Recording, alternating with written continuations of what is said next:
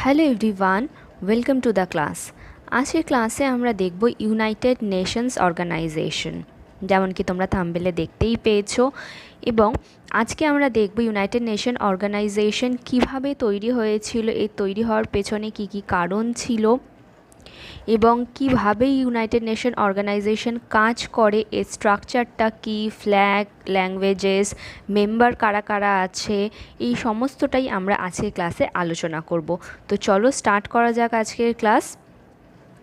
যে ক্লাসটা কিন্তু খুব ইম্পর্টেন্ট, আর ইন্টারন্যাশনাল অর্গানাইজেশনের এটা আমাদের ফার্স্ট ক্লাস।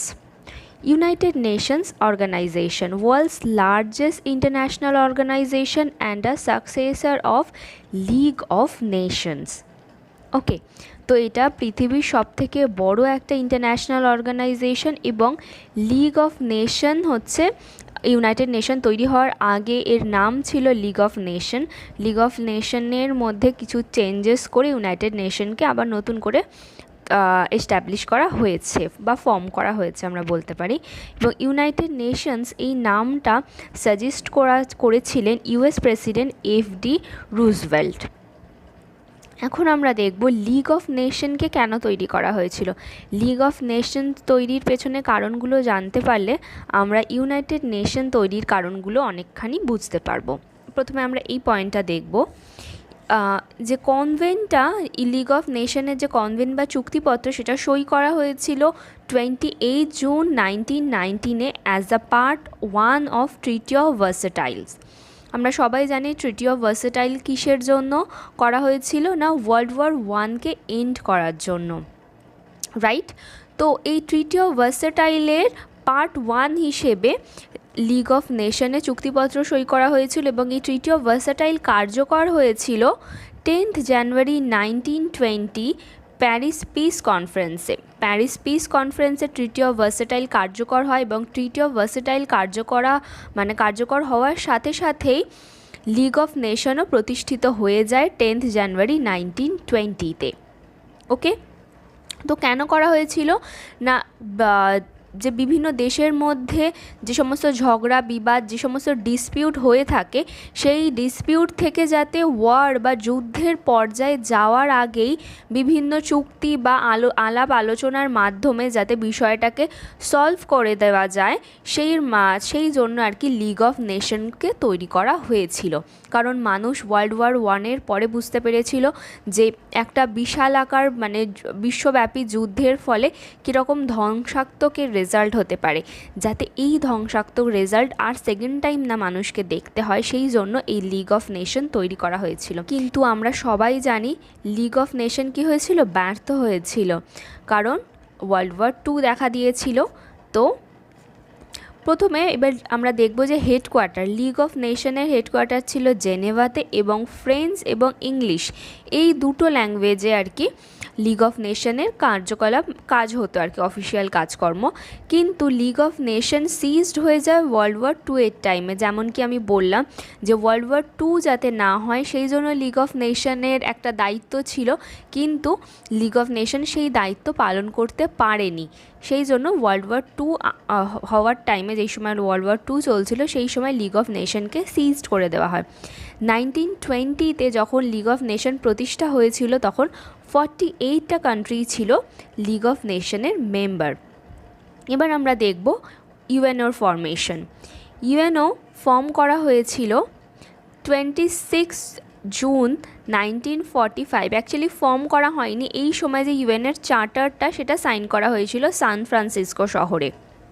এবং এই মিটিংয়ের মধ্যে 50টা দেশের রিপ্রেজেন্টেটিভ, অর্থাৎ 50টা দেশ মানে 2/3 অফ ওয়ার্ল্ড পপুলেশন এই সময় এই মিটিংয়ে উপস্থিত ছিলেন। এবং 50টা দেশ ছিলেন, এবং পোল্যান্ড 51st ফাউন্ডিং মেম্বার হিসেবে জয়েন করে। বোঝা গেল? এবং এই সময় আর কি 26 জুনে চার্টারটা সাইন করা হয়েছিল, এবং ফাইনালি ইউনাইটেড নেশনস অর্গানাইজেশন প্রতিষ্ঠা হয়েছিল 24 অক্টোবর 1945-এ।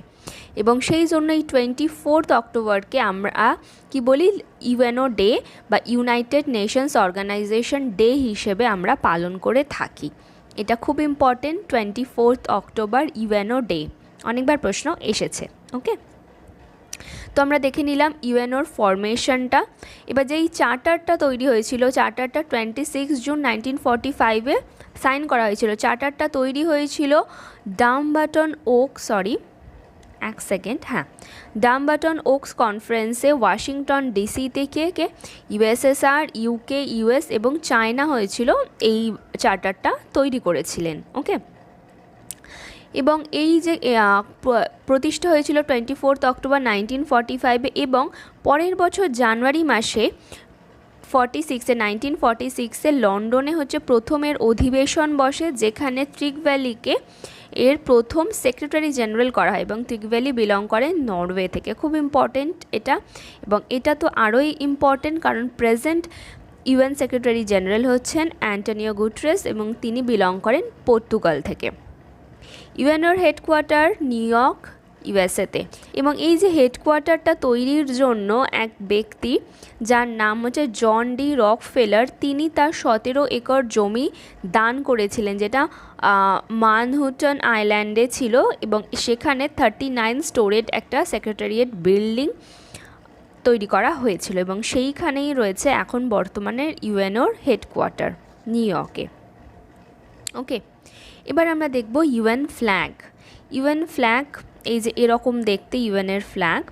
ওকে, তো এইটা হচ্ছে হোয়াইট ইউএন এমব্লেম, যার মধ্যে রয়েছে দুটো অলিভ ব্রাঞ্চ রয়েছে, এদিকে একটা অলিভ ব্রাঞ্চ, এদিকে একটা অলিভ ব্রাঞ্চ, এবং মাঝখানে একটা ওয়ার্ল্ড ম্যাপ আছে, তাই তো।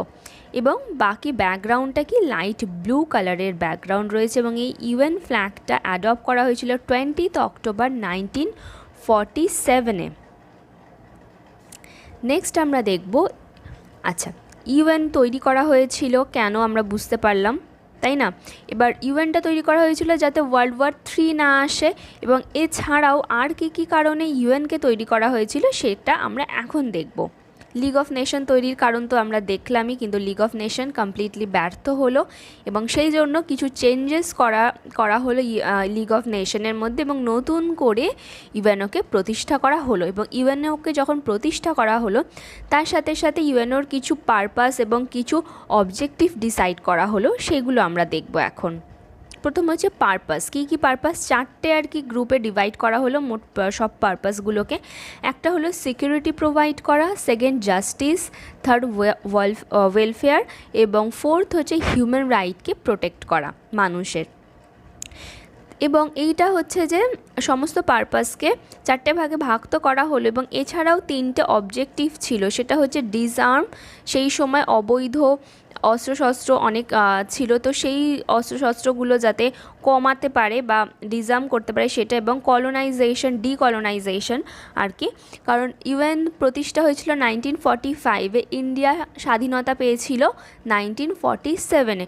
সো সেই সময় যেই সময় ইউএন প্রতিষ্ঠা করা হয়েছিল সেই সময় কিন্তু যথেষ্ট কলোনি ছিল, এবং প্রচুর দেশ পৃথিবীর তখনও পরাধীন ছিল, যাতে তারা পরাধীনতা থেকে বেরিয়ে স্বাধীনতা পেতে পারে, সেটাও কিন্তু ইউএনের একটা অবজেক্টিভ ছিল। এবং ডেভেলপমেন্ট, পুয়ার কান্ট্রিগুলোকে ইউএন এখনও ডেভেলপ করে যায়। আমরা দেখব ইউএনের আরও বিভিন্ন রকম অর্গানাইজেশন যারা কি করে না, অন্যান্য যে পুয়ার কান্ট্রিগুলোকে হেল্প করে থাকে, বিভিন্ন রকম ইকোনমিক সাহায্য করে থাকে। তো সেই জন্য হচ্ছে যে এই 3টে হচ্ছে ইউএনের নতুন একটা অবজেক্টিভ। বাট ইউএন কোনো দেশেরই ইন্টারনাল অ্যাফেয়ারে ইনভলভ হয় না, এটা ওয়ান অফ দ্য প্রিন্সিপাল আমরা বলতে পারি ইউএনের। ইউএন সবসময় ইন্টারন্যাশনালি লেভেলের কাজকর্মগুলো করবে, কোনো দেশের ইন্টারনাল অ্যাফেয়ারে কখনো ইউএন কী করবে না, ঢুকবে না। ওকে, এবার আমরা দেখব ইউএনের অফিসিয়াল ল্যাঙ্গুয়েজ। ইউএনের মোট 6টা অফিসিয়াল ল্যাঙ্গুয়েজ আছে, English, French, Chinese, Russian, Arabic and Spanish. But working language mostly কাজ হয় যে দুটো ল্যাঙ্গুয়েজে, সেটা হচ্ছে ইংলিশ অ্যান্ড ফ্রেঞ্চ। টোটাল বর্তমানে 193টা দেশ হচ্ছে ইউএনের মেম্বার এবং লাস্ট 193rd কান্ট্রি হচ্ছে সাউথ সুদান।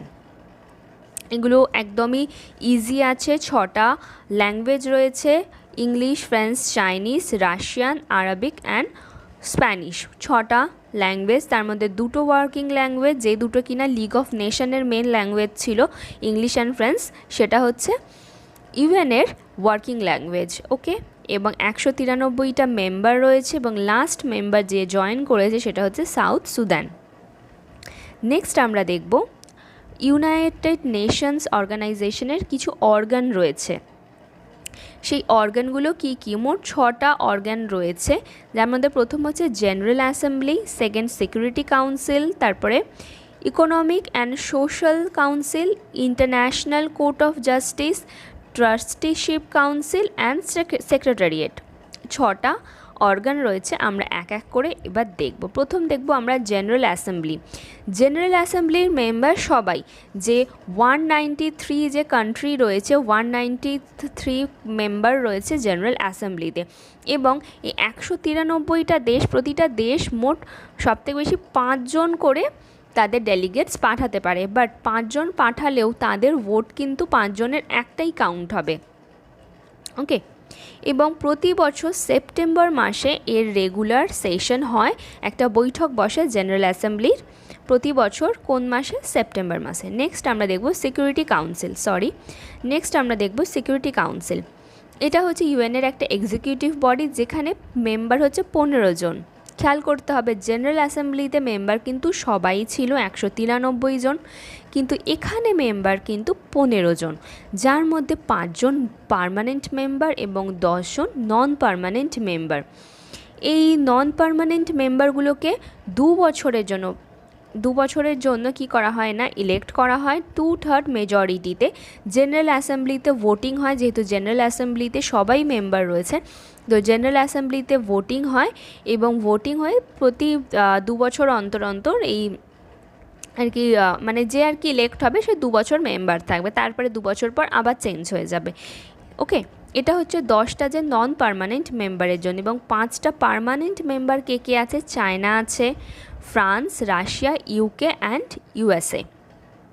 এই 5 জন হচ্ছে পার্মানেন্ট মেম্বার। এই পার্মানেন্ট মেম্বাররা একটা স্পেশাল পাওয়ার এনজয় করে, সেটা হচ্ছে ভেটো পাওয়ার। কি এই ভেটো পাওয়ার?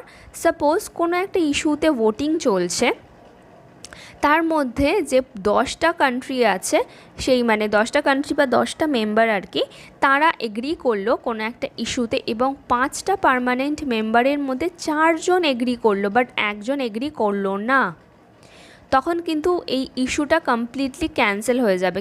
কারণ সবাই এগ্রি করলেও, এই নন পার্মানেন্ট মেম্বারে সবাই এগ্রি করলেও, মেজরিটি থাকলেও, কোনো পার্টিকুলার ইস্যুতে এই 5 জনের মত এক হতে হবে।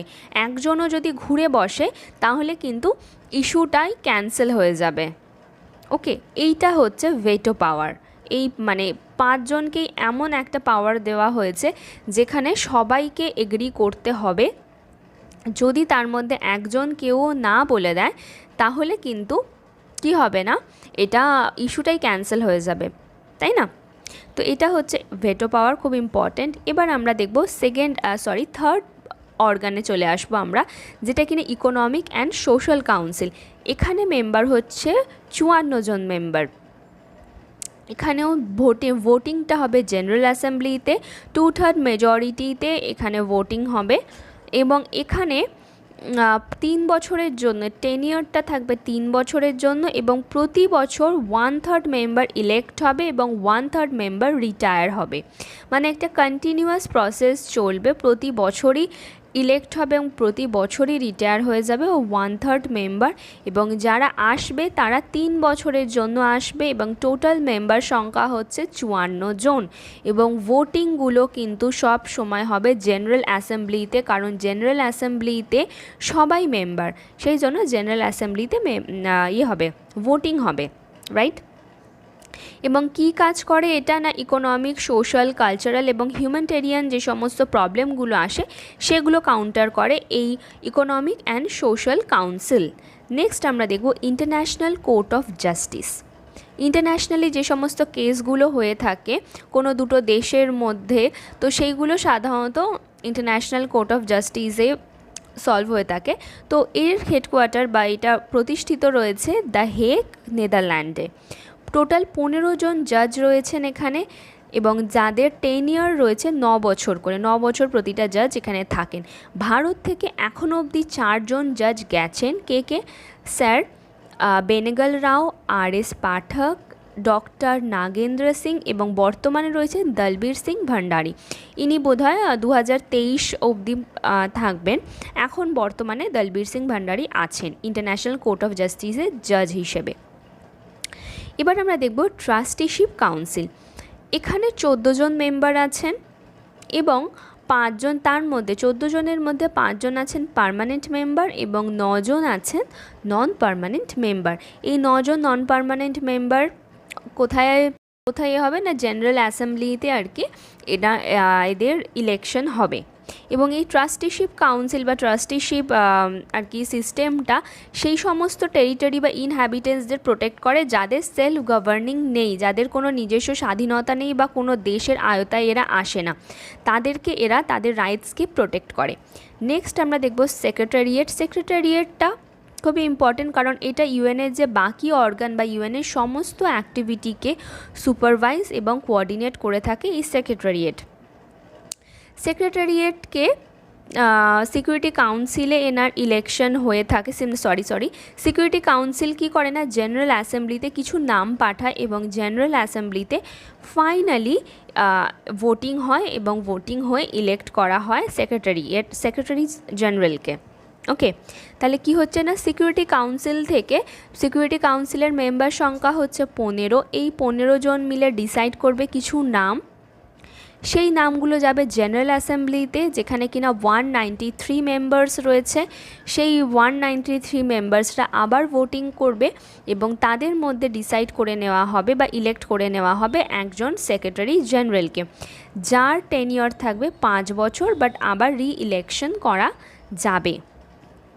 ওকে, এবার এটা আমরা অলরেডি ডিসকাস করেছি যে ফার্স্ট সেক্রেটারি জেনারেল ছিলেন ট্রিগভ্যালি, যিনি নরওয়ে থেকে বিলং করেন, এবং এখন বর্তমানে ইউএন জেনারেল সেক্রেটারি রয়েছেন অ্যান্টোনিও গুটেরেস, যিনি পর্তুগাল থেকে বিলং করেন। ওকে, এবং তিনি হচ্ছেন নাম্বার 9 সেক্রেটারি জেনারেল। এই সাথেই আজকে শেষ হলো আমাদের ক্লাস। কেমন লাগলো আজকের ক্লাস জানিও, ভালো লেগে থাকলে অবশ্যই একটা লাইক করে দাও এবং নিজের বন্ধুদের সাথে শেয়ার করো। এবং এরকমই আরও informative class, exam based class তোমরা পেতে অবশ্যই চ্যানেলটিকে সাবস্ক্রাইব করো এবং সহজে যাতে ক্লাসটা অ্যাক্সেস করতে পারো তার জন্য বেল আইকন প্রেস করে অল নোটিফিকেশন অন করে রাখো, যাতে তোমরা আমাদের ক্লাস আসলেই তোমরা খুব সহজে ক্লাসের নোটিফিকেশন পেতে পারো এবং ক্লাসটি জয়েন করতে পারো। তো চলো, দেখা হচ্ছে নেক্সট ক্লাসে।